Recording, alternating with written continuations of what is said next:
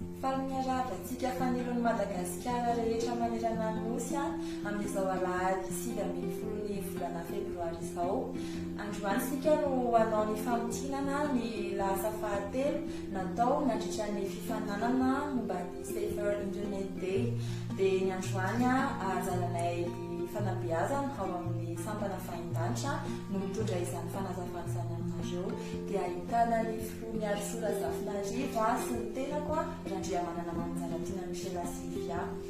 Ny vola dia tonoko fery natady afatotra amin'ny tenany ihany, izany hoe afatotra atao amin'ny alalan'ny tady na kofehy entina manamatra zavatra, entina anomezana endrika izay no anaovantsika ny vola.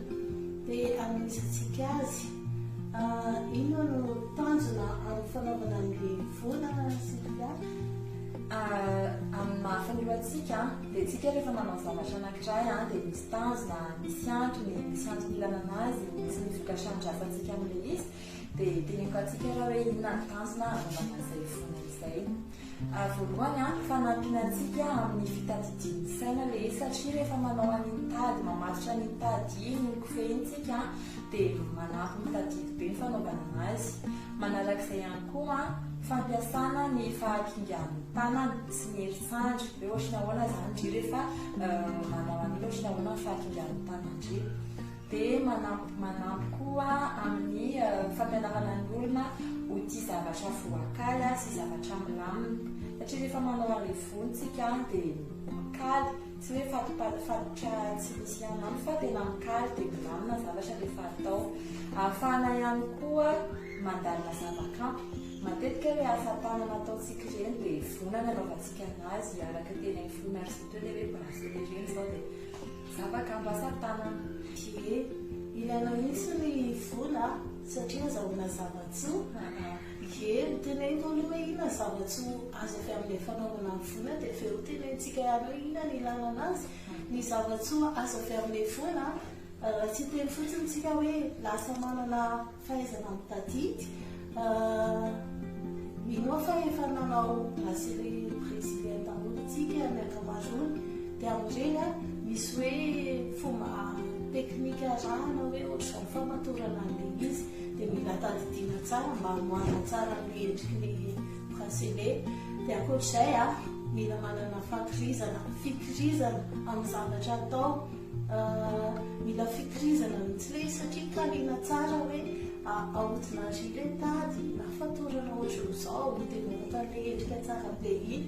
Dia farany mila manana faharetana indrindra satria tsy ho vitantsika mihitsy bracelet iny raha tsy manana faharetana sy manao an'iny tsy vitany hoe ray minitra na refo eo fa tena olona maromaro sy mavita bracelet brésilien anankiray dia izay indrindra ilaintsika izy satria amin'ny mahasotofantsika ihany koa dia tsika manana hoe taranty ao anatin'ny fahakingana dia misy koa hoe mahay manafy manafanana.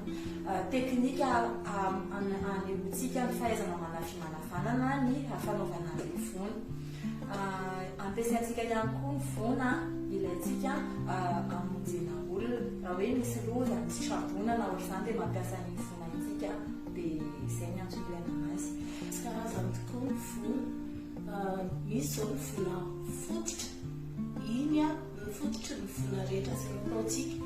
Manarak'izany misy ny vola fanorenana. Ireny ilay ampiasaintsika rehefa mandeha milasy tsika dia manorina tanàna.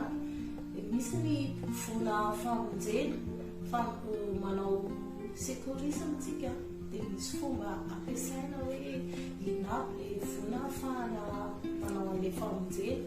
Dia farany ity izay ny fitaovantsika ity ny vola fandravana na vola kaingo. Vola kaingo le décoratif zany izy amin'ny teny vahiny.